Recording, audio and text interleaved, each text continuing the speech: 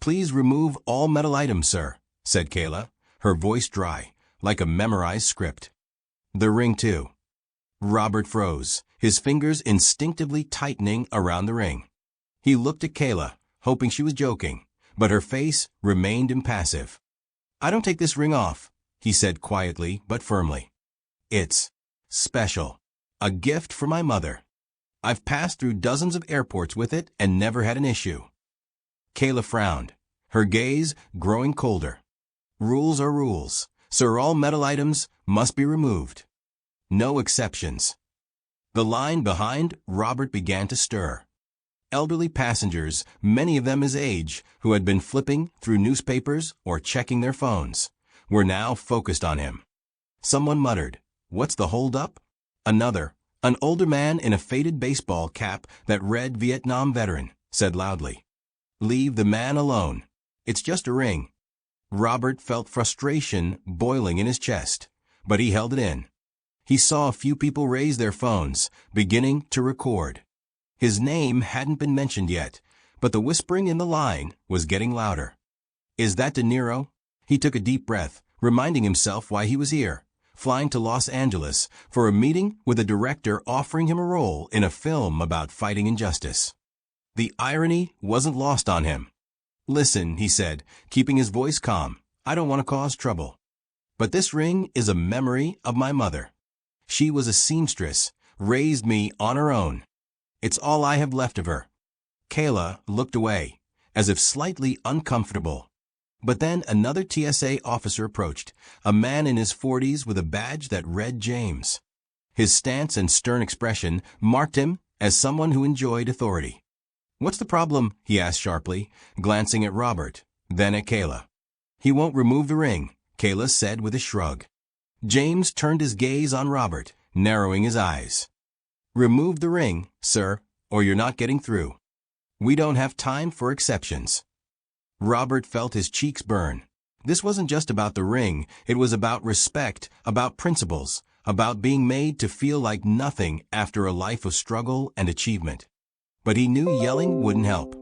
He had seen injustice all his life, in Hollywood, in politics, in society. And he had learned there was a better way. "All right," he said, slowly removing the ring. His fingers trembled as he placed it in the plastic tray. "But I want you to know, this isn't just a piece of jewelry. It's my story." James rolled his eyes, took the tray, and sent it through the scanner. Robert walked through the metal detector, no beep this time. But as he reached to collect his things, James picked up the ring and began examining it under the light, as if searching for something suspicious. "What are you doing?" Robert asked sharply, his voice harder. "Checking," James replied without looking up. "We've had cases of people smuggling contraband in jewelry." The crowd behind them erupted in outrage. An elderly woman with a walker exclaimed, "This is disgraceful. You're humiliating a man over a ring." Robert felt blood pounding in his temples. Contraband? In the ring he'd worn for half a century? He noticed more people filming the scene. But instead of exploding, he raised his hand to calm the crowd. "Thank you," he said to them. "But I'll handle it." He turned back to James. "You're doing your job. I get it. But tell me, if it were your ring, a gift from your mother, how would you feel?" James froze, his face darkening, but he didn't respond. Kayla, standing nearby, quietly said, "James, maybe that's enough. He's cooperating." But the tension only grew. A TSA supervisor, a man named Richard, approached, drawn by the commotion. "What's going on here?" he asked, his voice authoritative. Robert sighed. This was his chance, to end the conflict or let it erupt. He knew his words would be heard not just by the officers, but by everyone in line, by everyone filming. And maybe they'd change something more than just his day. "Richard," he began, looking the supervisor in the eye, "I don't want to fight. I don't want anyone to lose their job. But I want us to remember, behind every rule, there's a person. And every person deserves respect." Richard listened carefully. The crowd fell silent. Robert felt his heart beating faster, but his voice stayed calm. "This ring isn't just metal. It's my story. And I'm sure everyone here has their own. Let's not forget that. Richard slowly nodded. He looked at James, then at the ring in his hand. "Give him the ring," he said, "and let him through." James reluctantly handed the ring to Robert, who slid it back onto his finger, feeling the cold metal warming to his skin. The crowd applauded, but Robert didn't feel triumph. He felt tired and hopeful. Maybe this moment would be the start of something bigger. Maybe someone in that line, seeing his calm, would think twice before acting out of anger or prejudice. He picked up his bag and walked toward the gate, aware of the eyes on him. But his thoughts weren't on the conflict. They were on what he would say to the director in Los Angeles. How to tell a story that would make people think. How a small moment could change the world. His phone buzzed in his pocket. Robert looked at the screen, a message from his daughter, Drina, with a link to a post on X. "Dad, is this you?" "What happened?" she wrote. He opened the link and felt his stomach clench. Someone in line had uploaded a video of the security checkpoint incident. The headline screamed, "Robert De Niro humiliated at airport over mother's ring." The video had already garnered thousands of views, and comments were multiplying by the second. Some expressed outrage at TSA, others accused Robert of celebrity entitlement, and a few even speculated it was a publicity stunt for a new film. Robert sighed and turned off the screen. He disliked social media, but he knew this incident wouldn't just fade. His name, his story, his ring, it all now belonged to the public. But instead of anger, he felt a strange clarity. Maybe this was a chance to say something important. Not just about himself, but about how society loses its humanity in the chase for rules and control. Meanwhile, whispers spread in the waiting area. An elderly couple sitting nearby cast curious glances his way. The woman, her gray hair tied in a bun, finally found the courage. "Excuse me, are you Mr. De Niro?" she asked, her voice trembling. "We saw what happened at security. It was awful. My husband has worn his wedding ring for 52 years. I can't imagine someone forcing him to take it off." Her husband, a thin man in a checkered shirt, nodded. "It's not about the ring," he added. "It's about respect. They treat us like we're all criminals." Robert smiled, though fatigue still lingered in his eyes. "Thank you for saying that. I just wanted to get to my flight, but it seems this became bigger than me." The woman leaned closer. "You have to do something. You're famous. People listen to you." He nodded, but said nothing. Her words echoed in his mind as he boarded the plane. During the flight to Los Angeles, Robert tried to focus on the script in his bag, a story about a union leader fighting corruption in the 1970s.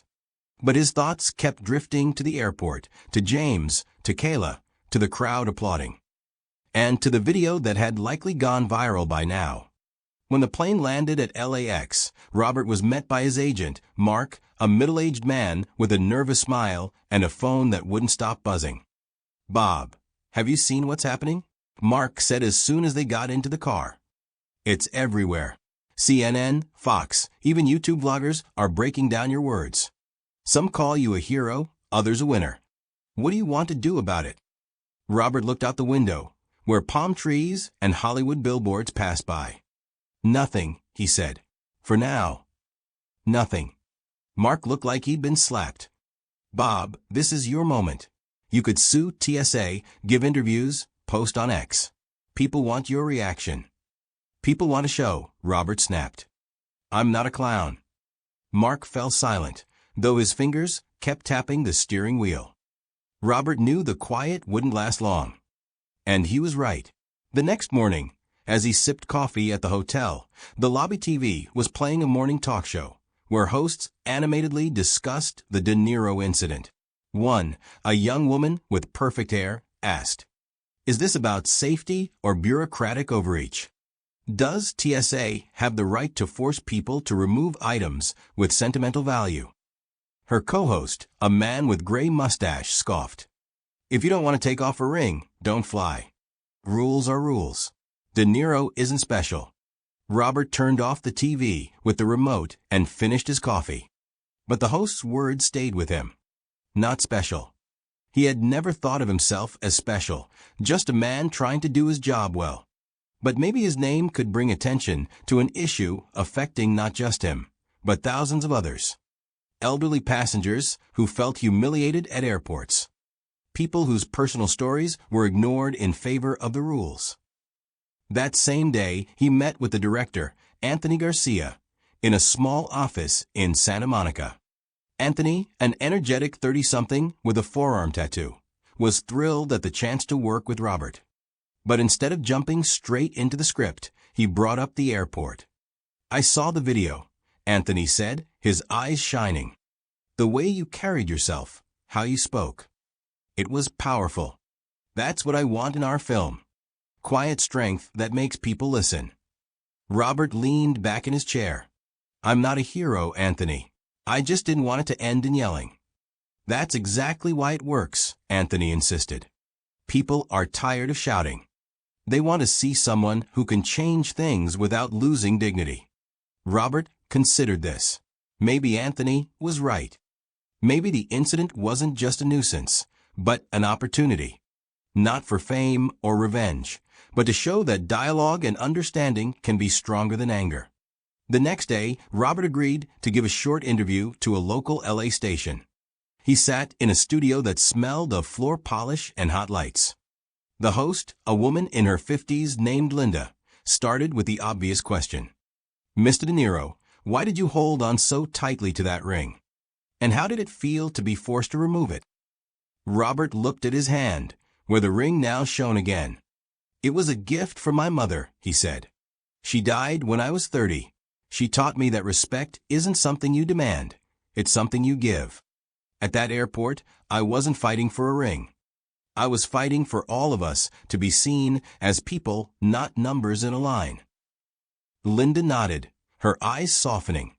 "And what do you want to happen now? Are you planning to sue TSA?" Robert shook his head. "I don't want lawsuits. I want us to talk. About how we treat each other. About how rules sometimes make us forget our humanity. If my name can help start that conversation, I'm willing." The interview went viral. Posts on X exploded with a hashtag De Niro ring, and a petition to review TSA procedures gathered tens of thousands of signatures. But not everyone was on Robert's side. Some commenters called him privileged, saying he was using fame to dodge rules. Others defended James, the TSA officer, saying he was just doing his job in times when security matters more than sentiment. Robert read those comments from his hotel room at night. He didn't feel anger toward the critics. He knew the truth lay somewhere in the middle. But he also knew he couldn't stop now. Not when people were listening. A week later, Robert was invited to a meeting with TSA officials in New York. He hesitated, but agreed, on the condition it would be informal. In a small conference room at TSA's office, he met with Richard, the supervisor from the incident, and several other officers, including Kayla. James wasn't present. Robert learned he had been temporarily suspended pending an internal review. Richard began with an apology. "We reviewed the footage," he said. "Our procedures are meant to ensure safety, but we recognize they're sometimes enforced without proper sensitivity. We want to learn from this." Robert nodded, but his eyes were on Kayla, who sat quietly with her hands clasped. "Kayla," he said to her, "you tried to de-escalate. Why?" She looked up, surprised. I could see it wasn't just about the ring. And I know what it's like, not being heard. My grandmother always wore a cross, and one time they made her take it off. She cried the whole flight." Robert smiled. "Thank you for sharing that. Those are the stories we need to hear." The meeting lasted an hour. Robert proposed an idea: sensitivity training for TSA employees, focused on balancing safety with humanity. The meeting lasted an hour. Robert proposed an idea: training programs for TSA employees that would teach them how to balance security with empathy. Richard promised to consider the suggestion. As Robert was leaving the room, Kayla caught up to him. "Mr. De Niro," she said, "I just wanted to say, you changed the way I see my job. Thank you." He nodded, feeling warmth in his chest. This is just the beginning, Kayla. Robert returned to New York, but the story wasn't over. His words inspired others to share their own stories of humiliation at airports, at work, in everyday life. The hashtag mystery began gaining momentum, and people from elderly veterans to young mothers shared how they had been made to feel smaller than they were. Robert didn't join every discussion, but he read the stories. And every time he twisted the ring on his finger, he felt his mother would be proud. But new challenges lay ahead. The media began digging deeper, and rumors emerged that James, the TSA officer, was planning to sue for defamation. On top of that, Robert had to decide whether to accept a role in Anthony's film, a project that could distract him from this new mission. And above all, how to remain calm and dignified when the world around him was growing louder. There was hope, small but solid, like the silver ring on his finger. And that was enough to move forward. The airport video, where Robert calmly but firmly defended his right to keep the ring, didn't just go viral, it sparked a movement. #mystery flooded X, where people shared moments when they were made to feel small. Elderly passengers humiliated at security, mothers whose baby items were confiscated, veterans whose medals were deemed suspicious. Robert read these stories every night, and each one felt like a knife to the heart, but also a reminder that he wasn't alone. After the TSA meeting in New York, Robert became part of an initiative that seemed nearly impossible, creating new training programs for airport staff. Together with Kayla, the young TSA officer who had supported him that day, and a team of psychology and security experts, he worked on a program designed to teach officers how to balance strict protocols with human empathy. Kayla became the unofficial voice from the inside, sharing how the pressure of TSA work often made her colleagues forget the human side of their jobs. "We're not robots," she once said over coffee in the TSA office. "But when you're told to treat everyone like a potential criminal, you start seeing them all the same. Even people like you." Robert nodded. "And I want you to see not me, but my mother, or your grandmother, or that veteran in the line." The trainings were rolled out in several airports, including JFK and LAX. The initial feedback was mixed. Some officers found the program soft, but passengers noticed a difference. An elderly woman wrote Robert a letter, telling him how a Chicago officer had allowed her to keep a necklace that belonged to her late husband, after a short but warm conversation. "It was the first time in years I felt seen," she wrote. Robert kept the letter on his desk. But not everything was smooth. James, the TSA officer who had insisted on inspecting the ring, filed a lawsuit against Robert, accusing him of defamation and public humiliation. The lawsuit stirred a new wave of media debate. Some sided with James, saying he was just doing his job in an era of heightened security. Others called him a symbol of bureaucratic coldness. Robert declined to comment publicly, but met with his lawyers in private. "We can crush him in court," said Mark, his agent, during one tense meeting. "We have the video, witnesses, public support." Robert shook his head. "I don't want to crush him. He's not the enemy. He's a man who made a mistake." Instead of a legal battle, Robert proposed mediation. A month later, in a neutral office in Brooklyn, he sat across from James. The man looked older than Robert remembered, with dark circles under his eyes. His hands nervously gripped the edge of the table. "I didn't mean to humiliate you," James said, his voice quiet but tense. "I was just doing what I was told. We have protocols. If I break them, I get fired." Robert nodded, his gaze calm. "I understand. But in that moment, I wasn't passenger 47. I was a son who didn't want to let go of his mother's memory. And I think you can understand that." James looked away, his jaw tightening. "My sister. She died 2 years ago. I keep her bracelet in my pocket because I can't wear it at work. I know what memory means." Robert felt a tightness in his chest. "Then let's make sure no one has to choose between rules and remembrance." The mediation ended in an agreement. James withdrew the lawsuit, and Robert agreed not to mention his name in public appearances. Most importantly, James joined the training program, becoming one of those who shared their experience with fellow officers. It didn't make them friends, but it gave them a shared purpose. Meanwhile, Robert accepted the role in Anthony Garcia's film. Filming began in Los Angeles, and every scene was infused with his personal experience. His character, a union leader, fought not just corruption, but a system that devalued human stories. During one take, as he delivered a speech to a crowd, Anthony whispered, "This isn't acting, Bob. This is you." The film, titled The Last Voice, premiered in May 2026 and received standing ovations at festivals. Critics called it a hymn to dignity, and audiences, especially older ones, wrote to Robert saying the scenes reminded them of their own struggles. One man, a 72-year-old veteran from Texas, sent a letter. "I watched your film and cried. Not because of the plot, but because I realized my medals, my scars, they're my story too. Thank you for reminding me." Robert didn't become a hero in the traditional sense. He didn't win high-profile lawsuits, lead protests, or change the world overnight. But he changed something deeper. TSA trainings expanded to dozens of airports across the country. The hashtag mystery evolved into an informal movement where people built communities to support one another in their fight against injustice. And Kayla, once just a security officer, became a regional TSA trainer, teaching others to see not threats and passengers, but people. One evening, sitting in his apartment, Robert received a message from his daughter.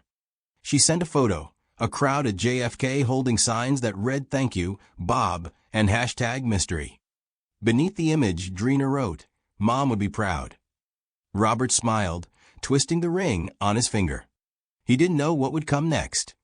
Maybe more conflicts, more stories, more challenges. But he knew one thing. A small step taken with respect could be the start of great change. And that was enough. He stood, placed his mother's photo back on the shelf, and walked to the window. Manhattan sparkled as always, but in its lights, Robert saw not just a city. He saw thousands of stories waiting to be heard. And he was ready to listen.